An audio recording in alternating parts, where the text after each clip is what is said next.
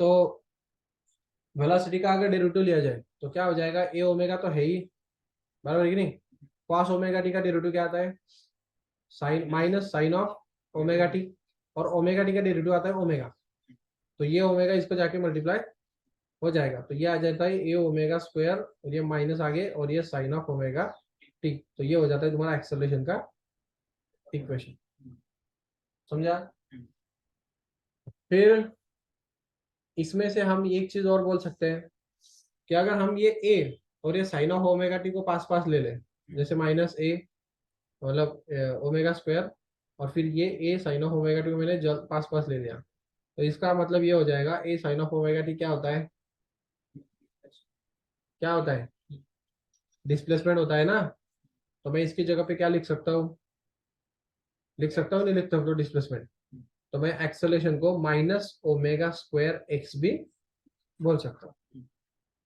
ठीक है, Y, because A sine of omega T का मतलब एक्स होता है, डिस्प्लेसमेंट होता है। या तो कोई डाउट है क्या किसी को ऑनलाइन? No sir. ठीक है, अब वही चीज की भी मैं बता चुका हूँ तुम्हें पहले भी, मैक्सिमम एक्सेलरेशन कहाँ पे रहता है, मीन को या एक्सट्रीम को, मैक्सिमम एक्सेलरेशन कहाँ पे रहता है, एक्सट्रीम को, बराबर है। तो एक्सट्रीम को सबसे ज्यादा एक्सेलरेशन आएगा, ये मीन पोजीशन है इधर, यहाँ पे है और यहाँ पे, तो यहाँ पे एक्सेलरेशन आपको मैक्सिमम देखने को मिलता है, और यहाँ पे भी एक्सेलरेशन आपको मैक्सिमम देखने को मिलता है, और यहाँ पे एक्सेलरेशन क्या होता है, जीरो होता है। ठीक है, तो मैक्सिमम एक्सेलरेशन कितना होता है, इसका फार्मूला क्या था, एक ओमेगा डाल दो तो ए ओमेगा स्क्वायर, है ना। एक्सेलरेशन मैक्सिमम इतना रहता है, और ये माइनस रहा तो निगेटिव एक्सट्रीम की तरफ, और एक्सेलरेशन मैक्सिमम यहाँ पे रहता है तो ए ओमेगा स्क्वायर पॉजिटिव एक्सट्रीम की तरफ। समझ गए। बची बात किसकी, तो ये भी हो गया, मीन का भी हो गया, जीरो है। और फिर इसने एक चीज और यहाँ पे और है कि बस इसमें क्या है कि डिस्प्लेसमेंट का अगेंस्ट डायरेक्शन में रहता है ये, तो हमें एक चीज यहाँ पे नोटिस करनी पड़ेगी, ये उल्टा चलता है इसका, मतलब अगर ये निगेटिव डिस्प्लेसमेंट अगर यहाँ पे निगेटिव है, मतलब माइनस एक्स है, तो एक्सेलरेशन पॉजिटिव रहेगा। समझेगा। तो मतलब डिस्प्लेसमेंट यहाँ पे क्या होना चाहिए था, निगेटिव होना चाहिए था, तब जाके एक्सेलरेशन पॉजिटिव आएगा। और जहाँ पे डिस्प्लेसमेंट पॉजिटिव होता है वहाँ पे एक्सेलरेशन नेगेटिव आता है।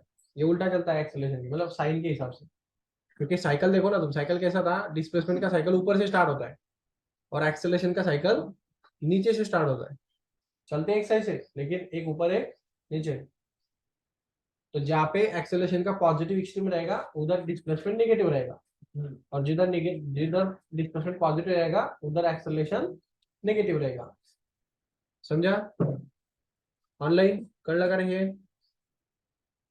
Yes sir. हो सर। है। मतलब equation of time period, time period का इक्वेशन कैसे निकालेंगे, फिर टाइम पीरियड क्या होता है बताओ, टाइम पीरियड क्या होता है, नहीं टाइम पीरियड का डेफिनेशन क्या है, टाइम पीरियड का डेफिनेशन क्या है, टाइम पीरियड ऑफ वेव, हाँ। Time taken to complete one revolution. Time complete to take time, time required to complete one oscillation, one revolution, one vibration, कुछ भी बोलो ना, वन साइकिल। कितनी बार रिपीट करा अब इसको, एक ऑसिलेशन कंप्लीट करने के लिए लगने वाला टाइम, इसको बोलते टाइम पीरियड। और अगर उसने बोला वेवलेंथ तो यही बोलने का, length required to complete, length अभी length, length required to complete one oscillation, one vibration, one cycle, कुछ भी बोलो। तो मतलब पूरी लेंथ लेंथ पूरी मतलब एक साइकिल की एक क्रिस्ट और एक ट्रफ आएगा, जितनी उसकी लेंथ आएगी उसको बोलते हैं वेवलेंथ। समझे क्या। और इसको इतना टाइम लगेगा उसको बोलते हैं टाइम पीरियड। ठीक है, और ऐसे कितने साइकिल कितने टाइम में बैठेंगे उसको बोलते हैं फ्रीक्वेंसी।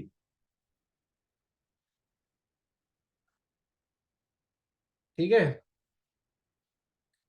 तो इसने बोला टाइम पीरियड निकालो भाई। अब टाइम पीरियड निकालना है तो आपको क्या करना पड़ेगा, एसएचएम का आप पेंडुलम ले लोगे। तो देखो टाइम पीरियड का फॉर्मूला किससे आता था, टाइम पीरियड फ्रीक्वेंसी का फॉर्मूला किससे आता है? ओमेगा से। ओमेगा टाइम पीरियड का कनेक्शन ओमेगा के साथ ही होता है और फ्रीक्वेंसी का भी कनेक्शन किसके साथ रहता है? हमेशा ओमेगा के साथ रहता है। ये दिमाग में फिट कर लो। कभी किसी ने ओमेगा पूछा, फ्रीक्वेंसी पूछा तो टाइम पीरियड पूछा, फ्रीक्वेंसी पूछा, ओमेगा पे ही जानेगा, वहां से निकालेगा।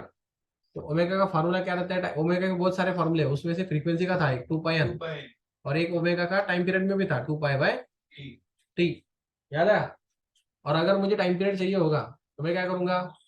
टाइम पीरियड इधर शिफ्ट करूंगा, ओमेगा को इधर शिफ्ट कर दूंगा। तो ओमेगा तो टाइम पीरियड का फार्मूला क्या मिला? 2π/ओमेगा। इसमें कोई डाउट? तो ये आप आ गए आप, ठीक है। तो एक ऑसिलेशन के लिए ना, अब ओमेगा का एक थर्ड फार्मूला भी था, वो फोर्स कांस्टेंट के टाइम बताया था मैंने, स्प्रिंग के टाइम पे, θ/t square root of k/m। के मतलब स्प्रिंग कांस्टेंट या फोर्स कांस्टेंट बोलो तुम उसको, और m मतलब मास पर यूनिट लेंथ होता है, ठीक है। तो ये भी एक ओमेगा का फार्मूला है। तो ओमेगा 3 चीजों में कन्वर्ट होता है, फोर्स कांस्टेंट और मास में, फ्रीक्वेंसी में, टाइम पीरियड में। जैसी जरूरत होगी वैसे कन्वर्ट कर लेंगे। तीनों फार्मूला रट्टा होने चाहिए तुम्हें। अब अगर मैं ओमेगा की वैल्यू यहाँ से इसको पुट कर दूँ तो चलेगा क्या? चलेगा ना, 2π/स्क्वायर रूट ऑफ k/m। अब अगर k/m को मैं ऊपर लेना चाहूँ तो फिर रेसिप्रोकल हो जाएगा, है ना। तो 2π बचा इधर, और फिर ये स्क्वायर रूट में m/k आ जाएगा, फिर रेसिप्रोकल होके ऊपर आ गया। तो ये मिला तुम्हें time period, m/k square root में और इंटू 2π। इतना ऑसिलेशन के लिए टाइम पीरियड होता है, ठीक है। ये तो हमेशा गिवन रहेगा ना। हाँ, के रहता है, मटेरियल पे डिपेंड रहता है। अब इसी को बहुत बार मैनेज भी कर सकते हैं अलग अलग तरीके से। मतलब हम के को रिप्लेस करके एक्स और ए भी डाल सकते हैं उधर। कैसे? देखो, अभी के क्या था? फोर्स कांस्टेंट था, बराबर है कि नहीं?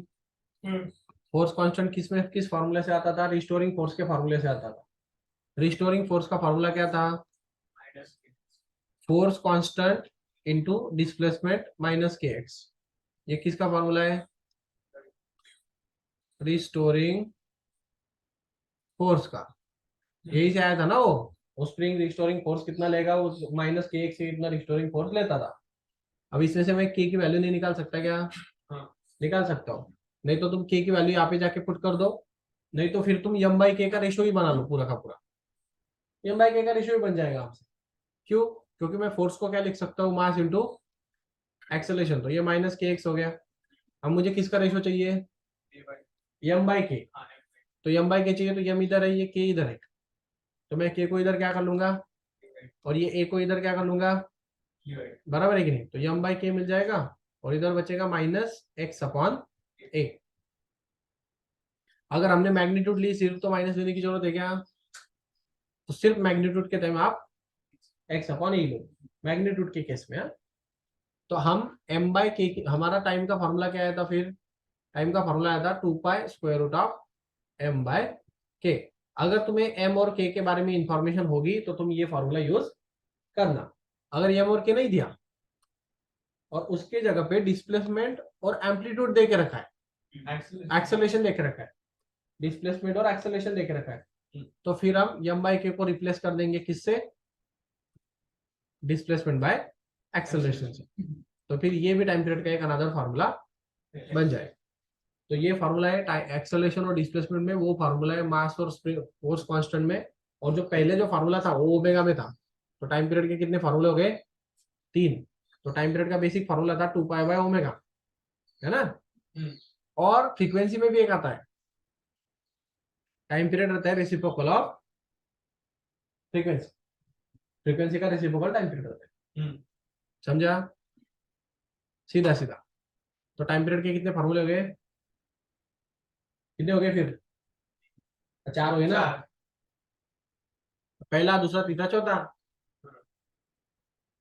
तो हर एक आता केला फ्रिक्वेन्सी मध्ये पण आहे ना एक फॉर्म्युला, एक ओमेगा मध्ये, एक फ्रिक्वेन्सी मध्ये, एक डिस्प्लेसमेंट ऍक्सेलरेशन मध्ये, आणि एक फोर्स कॉन्स्टंट आणि मास मध्ये। आता प्रश्नात काय दिलंय त्याच्यानुसार ठरतं की कुठला फॉर्म्युला वापरायचा। जर त्यांनी प्रश्नामध्ये मास आणि फोर्स कॉन्स्टंट दिला तर हा वापरला पाहिजे आपण. जर त्यांनी डिस्प्लेसमेंट आणि ऍक्सेलरेशन दिलं हा वापरला पाहिजे आपण.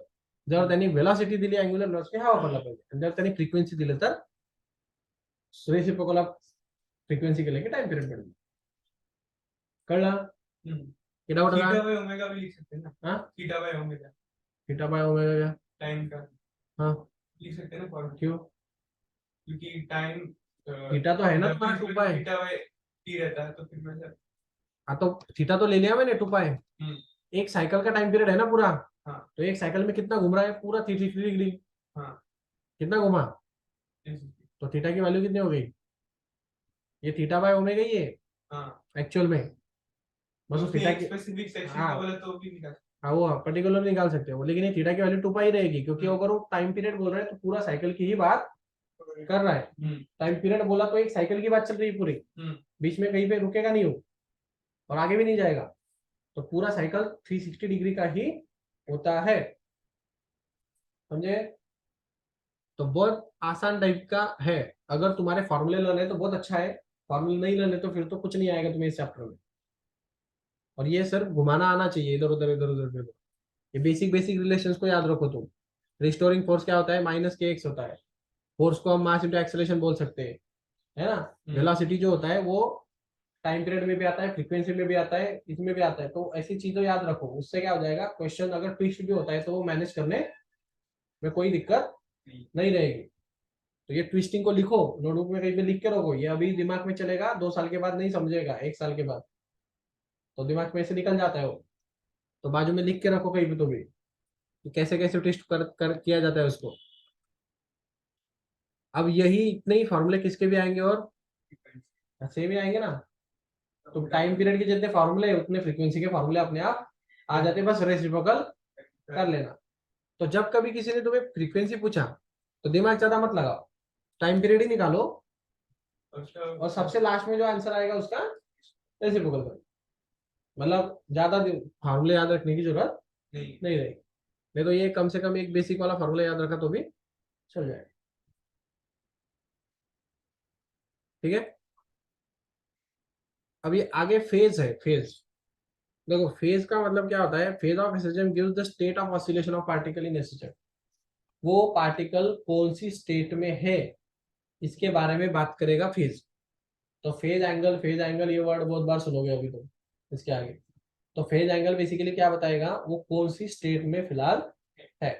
तो स्टेट मतलब क्या? वो रेस्ट में है, मोशन में है, कहाँ से कहाँ पे चल रहा है, वो सब बताने का काम कौन करता है? फेज एंगल बताता है. तो फेज एंगल क्या होता है बेसिकली मैं बता देता हूँ.